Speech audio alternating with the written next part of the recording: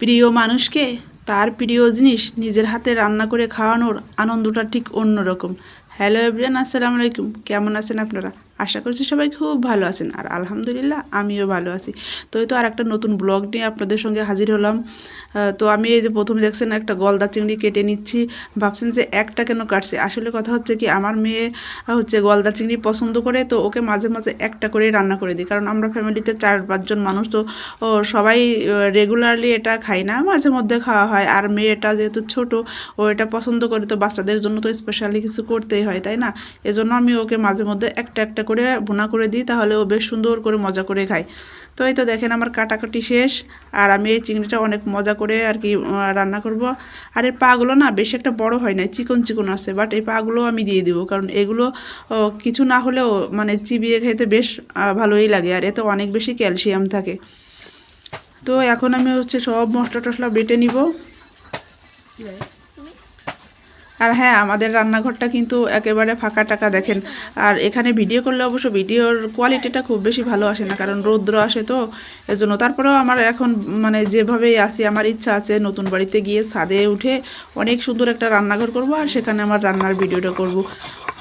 তো আমি এখন এই যে সব কিছু বেটে নিছি পাটাতে, আর হাতে বেটে নিই। আমি সবসময় আমি অবশ্য ভিডিওতে বলি যে আমি হাতে বেটে নিই, তো আজকে আপনাদেরকে দেখালাম। দেখেন মরিচগুলো আমি এখন হাতে বেটে নেব।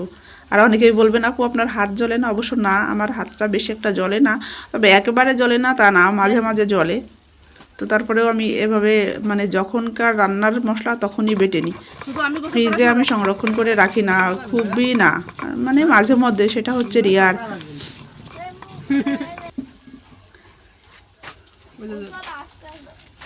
ওই যে যখন থেকে সাথে কথা কই সেটাই ভালো লাগে। তো তা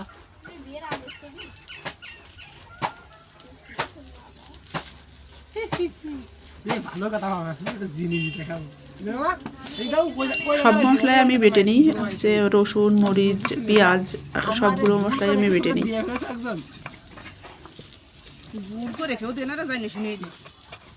দাও দাও দাও কাহিনী।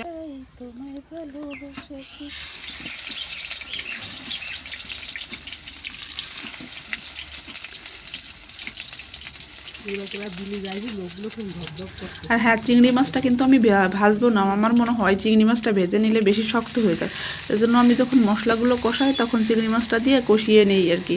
আর এটা মনে হয় বেশি সফট হয়, আর খেতেও বেশ মজা লাগে, আমার কাছে সেটা মনে হয়। এখন আপনাদের কাছে কি মনে হয় সেটা অবশ্য একটু কমেন্টে জানিয়ে যাবেন।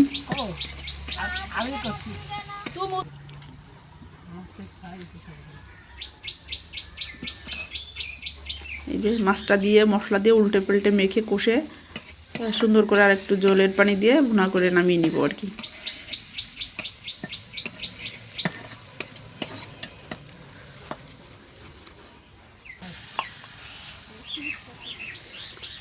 আমার মেয়ে যে কত খুশি হবে খাওয়ার সময়, বলবে আম্মু তুমি এটা রান্না করে দিয়েছো আমাকে, মানে ও খুব খুশি হয় আর কি। আর ওর খুশিতে তো আমার খুশি, জানেন তো, সব বাচ্চার মারাই খুশি হয় তাদের বাচ্চারা খুশি হলে, তো আমিও ওর খুশিতে অনেক বেশি খুশি হই। তো রান্না বান্না শেষ, এখন খাবার পালাই, যে ভাতটা দিয়ে। আজকে দুপুরের মেনুতে ছিল পেঁয়াজ পাতা ভাজি আর হচ্ছে মাছ ভুনা।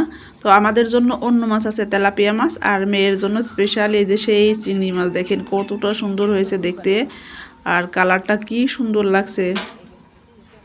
তো সবাই ভালো থাকবেন, সুস্থ থাকবেন। আজকের ব্লগটা এই পর্যন্ত। আল্লাহ হাফেজ।